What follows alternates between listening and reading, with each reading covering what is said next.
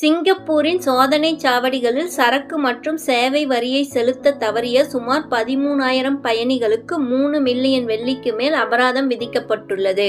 இதனை சிங்கப்பூர் சுங்கத்துறை அறிவித்துள்ளது. இந்த ஆண்டு 2024 ஜனவரி முதல் அக்டோபர் வரை ஜிஎஸ்டி செலுத்தாமல் சிங்கப்பூருக்கு வரி விதிக்கக்கூடிய பொருட்களை கொண்டு வந்த பயணிகள் பிடிபட்டனர். கடந்த ஆண்டு 2023 ஜனவரி முதல் அக்டோபர் வரை சுமார் 7,200 பயணிகள் பிடிபட்டுள்ளனர்.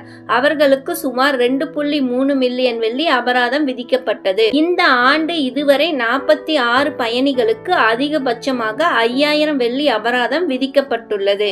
ஜிஎஸ்டி செலுத்த தவறிய பயணிகளுக்கு அதிகபட்சமாக வரி தொகையின் 20 மடங்கு அபராதம் விதிக்கப்படும் அல்லது அவருக்கு 2 ஆண்டுகள் வரை சிறை தண்டனை விதிக்கப்படலாம். இது போன்ற சிங்கப்பூர் பற்றிய தகவல்களை தெரிந்து கொள்ள SG தமிழன் இணையத்தை ஃபாலோ பண்ணுங்க. நன்றி.